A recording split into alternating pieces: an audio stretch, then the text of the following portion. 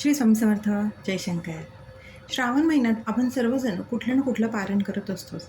या श्रावणामध्ये आपली जशी भक्ती असेल, जशी श्रद्धा असेल, तसं आपण गुरुचरित्राचं पारायण, कुणी ज्ञानेश्वरी करतं, कुणी दासपोथ, कुणी दुर्गा सप्तशती, कुणी शिवलीलामृताचं पारायण, असं बरेच जण आपल्या वास्तूमध्ये पारायण करत असतात.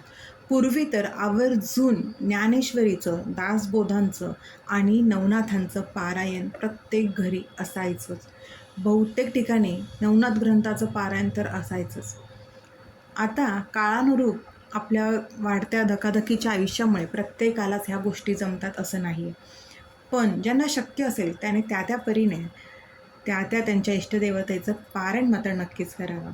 या श्रावण महिन्यात शिवलीला अमृत पारायण, गुरुचरित्राचं पारायण किंवा सगळ्यात महत्त्वाचं आणि प्रभावी असं, मुळातच सगळेच ग्रंथ प्रभावी आहेत, पण नवनाथांचं जर पारायण आपण या श्रावण महिन्यात केलं तर त्यांची कृपा नक्कीच राहते. नवनाथ म्हटलं की एक आदरयुक्त भीती आपल्यामध्ये येतो, कारण नाथांचं दरारा आपल्याला आहे. कारण जसं आपल्याला आपल्या घरातील मोठ्या माणसाची आदरयुक्त भीती किंवा त्यांचा तो दरारा असतो ना, त्याच पद्धतीचा नवनाथांचा दरारा आहे. दत्त महाराजच त्यांचे गुरु असल्याने नवनाथ हे एक अलौकिक क्रिया आहे. आणि नवनाथांचं जे कोणी पारायण करेल, घोकमपट्टी नाही, नुसतं पारायण मनापासून श्रद्धेने आयुष्यात एकदा करा, पण व्यवस्थित श्रद्धेने करा. त्यांना अनुभूती आल्याशिवाय नाही. कितीही संकट असू दे, कितीही वाईट नजर बाधेत असू दे, कुठल्याही संकटात असू देत, नवनाथ तुम्हाला त्यातनं बाहेर काढतात आणि मार्ग दाखवतात. त्यांचा तो शब्द आहे ना, त्यांचा तो आदेश, हा आदेशच इतका आदरयुक्त वाटतो ना तो. आणि नवनाथांचेच आपले शंकर महाराज पण त्याच ह्याच्यात आहे. त्यांची करारी नजर, तशीच नवनाथांची पण करारी नजर इतकी, जेवढी करारी आहे ना तेवढीच प्रेमळही आहे. म्हणूनच ह्या श्रावणामध्ये शक्य असेल तर नवनाथांचं पारायण ज्यांना शक्य असेल त्यांनी आवर्जून करा. या पवित्र ग्रंथात 40 अध्याय आणि 7600 ओव्या आहेत. प्रत्येक अध्याय वाचताना, पठण करताना नवनाथांचं कार्य, नवनाथांचा महिमा, त्यांच्या लीला ह्या प्रत्येक अध्यायात दिसून येतात. मच्छिंद्रनाथ, गोरक्षनाथ, जालंधरनाथ, कानिफनाथ, चरपटीनाथ, अडबंगनाथ, भर्तरीनाथ, रेवणनाथ आणि चौरंगीनाथ अशा नवनारायणचे नवनाथ रूपातील हे भक्तिसार ग्रंथ आहे.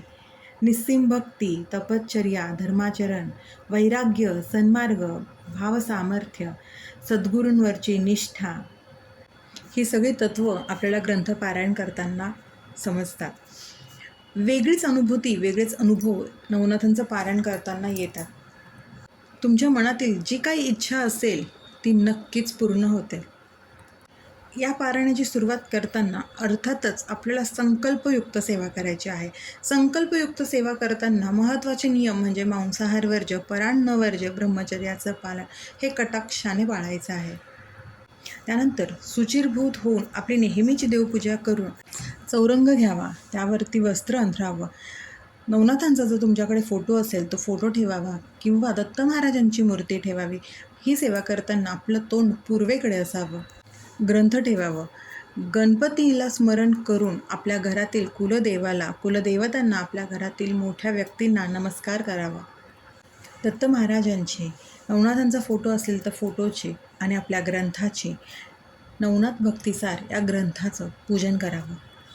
नैवेद्यासाठी तुम्ही दूध, खडीसाखर, पेढे आणि शक्य जर असेल तर भरडाचे वडे करावेत. आपलं पूर्ण पारायण म्हणजे पूर्ण वाचन चालू असताना समय तेवत राहील याची काळजी घ्यावी. पारायणाच्या पहिल्या दिवशी आपण विडा, सुपारी, नारळ, दक्षिणा हे आवर्जून ठेवावं. रोज आपल्या अध्यायांचं पठण झाल्यावरती नाथांची आरती करावी. आता हे ग्रंथ पारायण कोणी 9 दिवस, कोणी 7 दिवस किंवा कोणी 1 दिवसाचंही करतं. या ग्रंथामध्ये संपूर्ण माहिती म्हणजे नैवेद्य काय करायचं आहे, उद्यापन कसं करायचं आहे, किती दिवसाचं पारायण करायचं आहे, किती अध्याय रोज वाचायचा आहे, याची संपूर्ण माहिती ग्रंथामध्ये दिलेली आहे. त्यामुळे ग्रंथातील ते नियम समजून घेऊन आपण हे पारायण करू शकतो. आता बरेच जण म्हणतात की नवनाथांचं पारायण स्त्रियांनी करावं की नाही.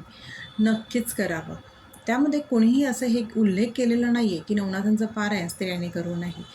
त्यामध्ये जे नियम आहेत ते मात्र पाळावे आणि स्त्रियांनी देखील नवनाथांचं पारायण करावं. मी स्वतः केलेलं आहे, माझ्या गुरूंच्या आज्ञेने केलेलं आहे.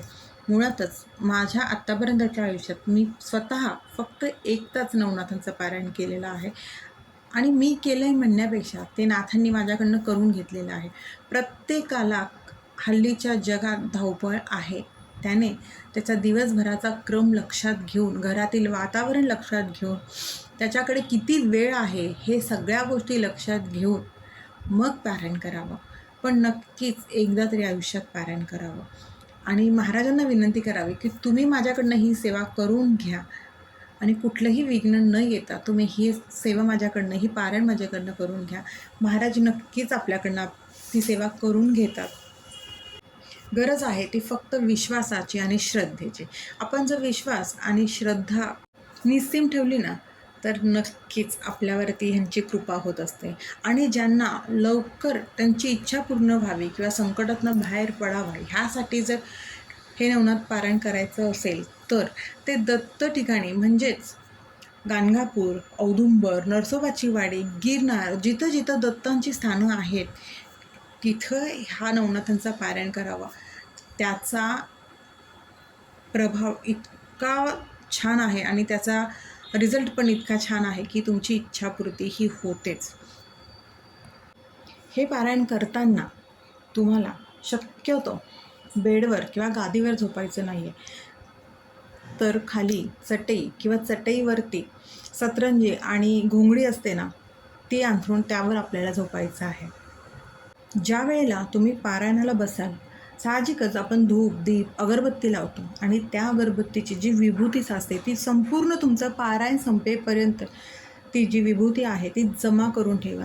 संपूर्ण पारायण झाल्यानंतर ती विभूती एका डबीमध्ये भरून ठेवा आणि त्या विभूतीचा उपयोग तुम्ही घरातील आपल्या रोज मुलांना किंवा बाहेर जाताना आपल्या कपाळाला नेहमी लावा. नकारात्मक ऊर्जेपासनं, वाईट नजरेपासनं, वाईट बाधेपासनं ही विभूती आपलं संरक्षण करते. मुळातच कुठलीही गोष्ट करताना ती विश्वासाने आणि मनापासून करावी. मग ते कर्म असो, कष्ट असो. कष्ट आणि कर्माला पर्याय नाही. आपल्या कर्म आणि कष्टामुळेच आपले पारायण म्हणा, कुठलीही सेवा म्हणा ही फलद्रूप होत असते. म्हणूनच कष्ट, कर्म प्रामाणिक करा आणि कुठलाही किंतु परंतु मनात न ठेवता हे नाथांचं, नवनाथांचं पारायण करून बघा. नक्कीच याची अनुभूती येते. कारण नाथ जितके कडक आहेत तितकेच प्रेमळ आहेत. नवनाथांचा दरारा जितका कडक आहे तितकाच त्यांचा हातही मायेने आपल्याला आशीर्वाद देत असतो. इच्छापूर्तीसाठी करा, वाईट नजरेतनं दूर होण्यासाठी करा, नकारात्मक ऊर्जेपासून वाचण्यासाठी करा, घरातील सकारात्मक ऊर्जा वाढवण्यासाठी करा किंवा फक्त सेवा म्हणून करा. महाराजांचा, नवनाथांचा आशीर्वाद आपल्यावरती राहावा म्हणून हे पारायण करा. पण आवर्जून शक्य असेल तर या महिन्यात, श्रावण महिन्यातील प्रत्येक दिवस चांगला आहे. पण जर तुम्हाला दिवसापासूनच सुरुवात करायची असेल तर गुरुवारपासून तुम्ही ह्या सेवेला सुरुवात करू शकतात, ह्या पारायणाला सुरू करू शकतात.